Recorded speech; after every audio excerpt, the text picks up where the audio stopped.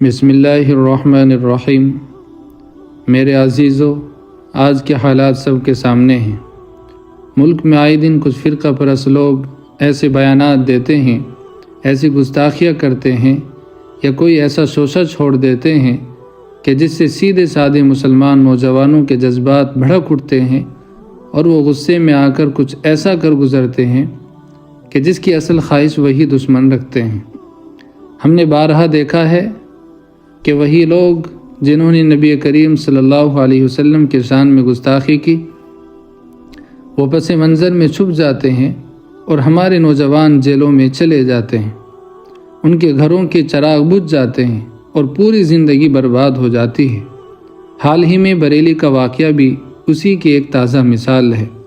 اور اس کی ایک مثال بنگلور کے اندر بھی ہمیں نظر آتی ہے اب سے پہلے، کہ کسی بدبخت نے اللہ کے نبی صلی اللہ علیہ وسلم کی شان میں گستاخی کی اور پھر مسلم نوجوان بھڑک اٹھے، سڑکوں پر آ گئے، اور پھر کسی فتنہ پرور نے اسٹیشن کے اندر آگ لگا دی۔ ہوا یہ کہ اصل مجرم کہیں چھپ گئے اور تقریباً 300 نوجوانوں کی زندگیاں داؤں پر لگ گئی۔ دیکھیے، اسلام ہمیں سکھاتا ہے کہ نبی کریم صلی اللہ علیہ وسلم سے محبت ایمان کا حصہ ہے، اس پر کسی مسلمان کو شک نہیں ہو سکتا، لیکن یاد رکھو، نبی صلی اللہ علیہ وسلم کی محبت کا تقاضا یہ نہیں ہے کہ دشمن کے جال میں پھنس جائیں۔ نبی صلی اللہ علیہ وسلم کی سیرت ہمیں سکھاتی ہے کہ جوش کے ساتھ ہوش کی بھی ضرورت ہے، اور ہمارے اکابر علماء ہمیشہ یہی سمجھاتے آئے ہیں کہ کہاں آواز بلند کرنی ہے اور کہاں خاموش رہنے میں مصلحت ہے۔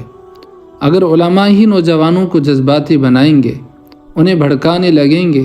تو پھر امت کا بہت بڑا نقصان ہوگا۔ آج ضرورت اس بات کی ہے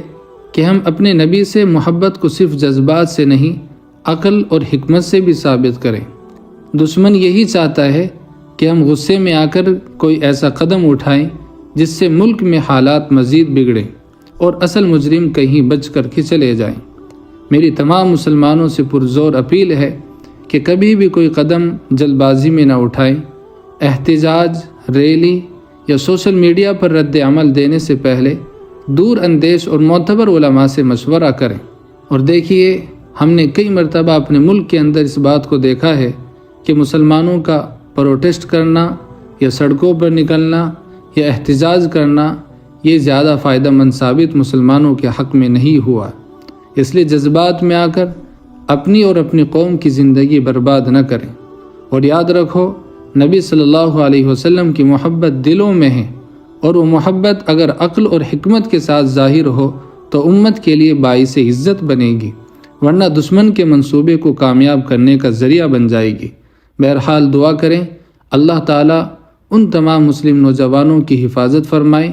جو ناجائز مقدمات کے اندر پھنسائے گئے ہیں اور فرقہ پرست لوگوں کی اس چال اور مکاری کا نشانہ بنے ہیں۔ بہرحال ان نوجوانوں کے جذبات اور ان کی محبت کے اوپر ہمیں ذرا بھی کوئی اشکال نہیں ہے، لیکن کاش ان کو کوئی دور اندیشی کے ساتھ، ان کے جوش یا ان کو ہوش کے ساتھ ان کو بات سمجھانے والا ہوتا اور ان کو بتایا جاتا کہ اس وقت ہمارے جوش کی ضرورت ہے یا ہمارے ہوش کی ضرورت ہے۔